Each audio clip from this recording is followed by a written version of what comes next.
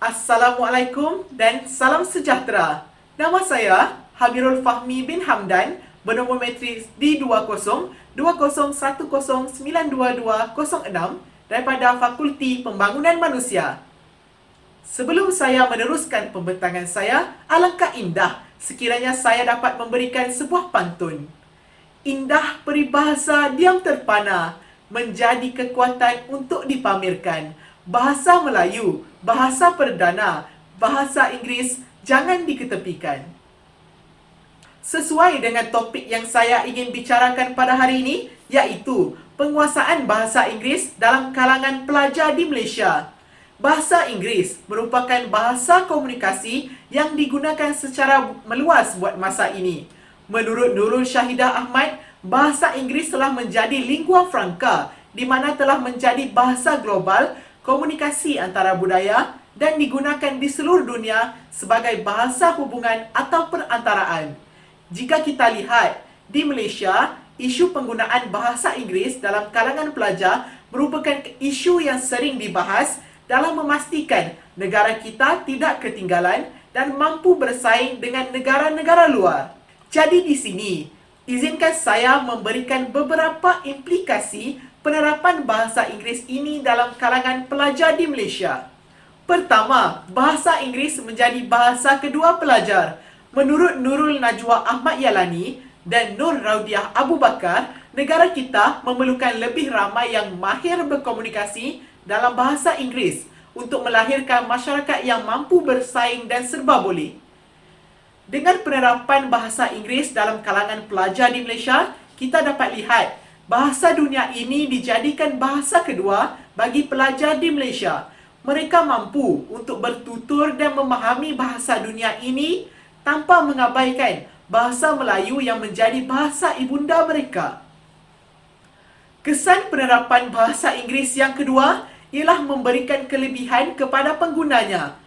Pelajar yang menguasai bahasa ini cenderung untuk mempunyai kelebihan dalam menerokai bidang ilmu dan turut mempunyai peluang yang lebih tinggi untuk mendapatkan pekerjaan pada masa yang akan datang.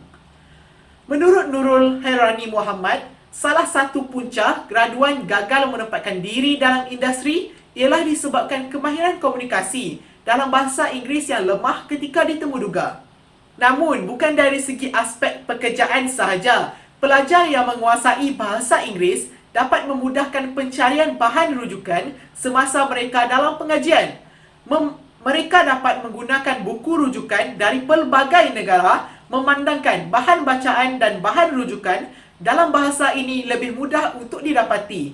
Sesiapa yang menguasai bahasa Inggeris memudahkan mereka dalam pencarian ilmu yang lebih luas dengan mengetepikan bahasa sebagai penghalang dalam penerokaan ilmu. Walau bagaimanapun, kesan lain penggunaan bahasa Inggeris ialah turut memberi keburukan kepada penggunanya. Ya, betul. Walaupun terdapat pelbagai kebaikan penggunaan bahasa ini, namun masih terdapat pelbagai keburukan yang boleh kita peroleh, seperti wujudnya istilah bahasa rojak yang dilihat semakin sinonim dengan cara percakapan pelajar di Malaysia. Cuba lihat kedua contoh ayat yang dipaparkan. Penggunaan ayat ini sudah menjadi kelaziman digunakan oleh pelajar di Malaysia. Penggunaan bahasa rojak ini dilihat menjelaskan kedua-dua bahasa, iaitu bahasa Melayu dan bahasa Inggeris itu sendiri.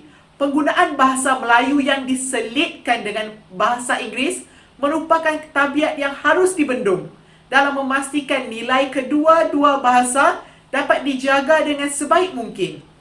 Selain itu, keburukan penggunaan bahasa Inggeris ini juga dapat meluaskan jurang pendidikan murid bandar dan murid luar bandar. Seperti mana yang kita tahu, penggunaan bahasa Inggeris bagi pelajar luar bandar ialah kurang dibandingkan dengan pelajar di bandar.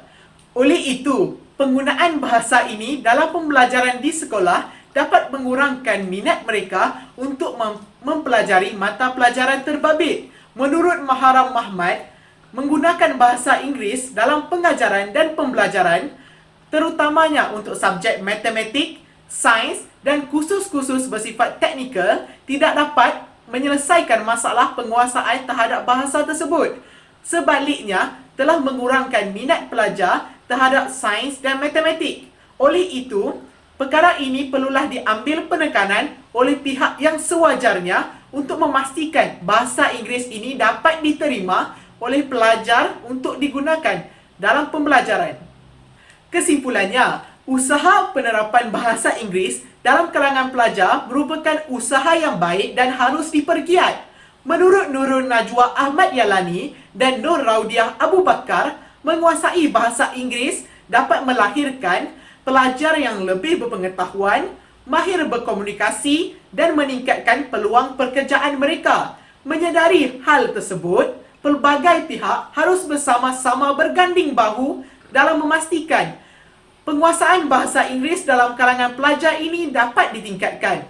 Hasilnya, pada masa akan datang, dengan penguasaan bahasa Inggeris yang baik dalam kalangan pelajar, melahirkan negara yang lebih maju dan mampu berdiri sama tinggi, duduk sama rendah dengan negara-negara yang lain.